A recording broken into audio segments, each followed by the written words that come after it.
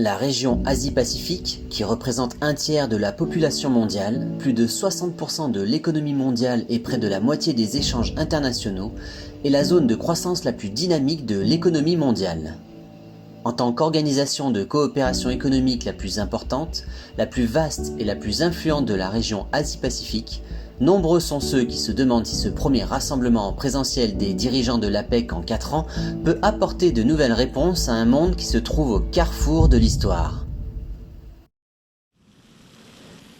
À son arrivée en Thaïlande, le président Xi Jinping a publié une allocution écrite au sommet des CEO de l'APEC, intitulée « Restons fidèles à l'engagement initial et œuvrons ensemble au développement pour ouvrir de nouvelles perspectives à la coopération en Asie-Pacifique ». Dans cette allocution, le président Xi Jinping a expliqué en profondeur les caractéristiques fondamentales et les exigences essentielles de la modernisation chinoise et a avancé une proposition en 6 points pour travailler ensemble au développement, en disant qu'il fallait donner des réponses à la question de savoir où va le monde et ce que l'Asie-Pacifique devrait faire.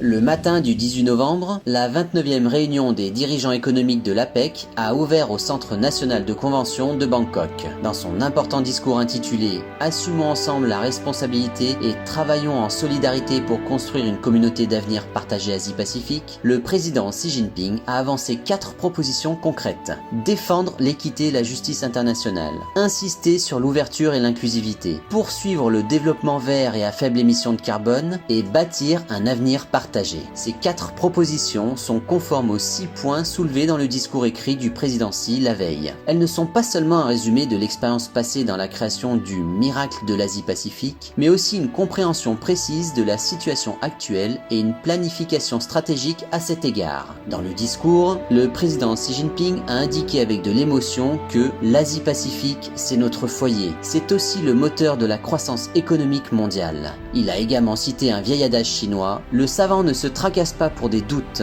le bienveillant ne se tourmente pas pour des soucis, le courageux ne s'affole pas face à des dangers, afin d'encourager les dirigeants présents dans l'assistance et les inciter à se donner la main pour construire une communauté d'avenir partagée Asie-Pacifique et remporter de nouveaux succès dans la coopération Asie-Pacifique face aux nombreux enjeux actuels.